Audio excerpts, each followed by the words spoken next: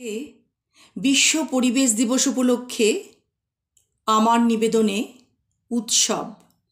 কলমে কবি সুজান মিঠি। অরণ্য কেটে ফেলা হলো, প্যান্ডেল বাঁধা হলো, গল গল করে লোকজন ঢুকলো সেই প্যান্ডেলের ভিতরে।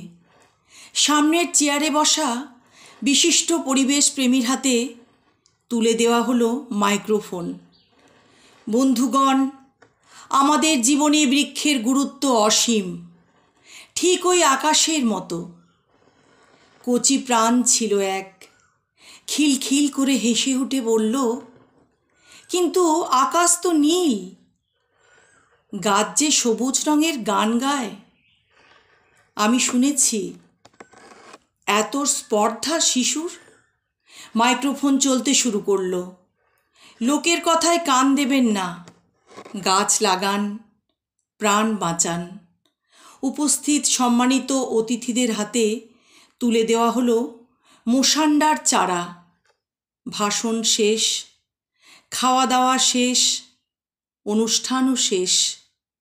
শিশুটি ধীরে ধীরে প্যান্ডেল ছেড়ে বেরিয়ে এলো বাইরে। পায়ে পায়ে মাটি খুঁড়ল, প্রবেশ করল তার ভিতরে। শিকড় গজালো, শাখা প্রশাখা, সূর্য এসে তাপ দিল, বাতাস, শ্বাস। শিশুটির সারা শরীরের সব পাতায় শুরু হলো শালক সংশ্লেষ।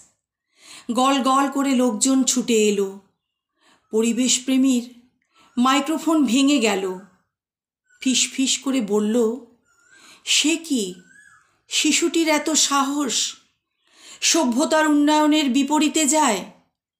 শিশুটির পিতা কাঁদতে কাঁদতে চিৎকার করে উঠল, বলল, শুনুন, একে বলে বৃক্ষরোপণ, একে বলে উৎসব।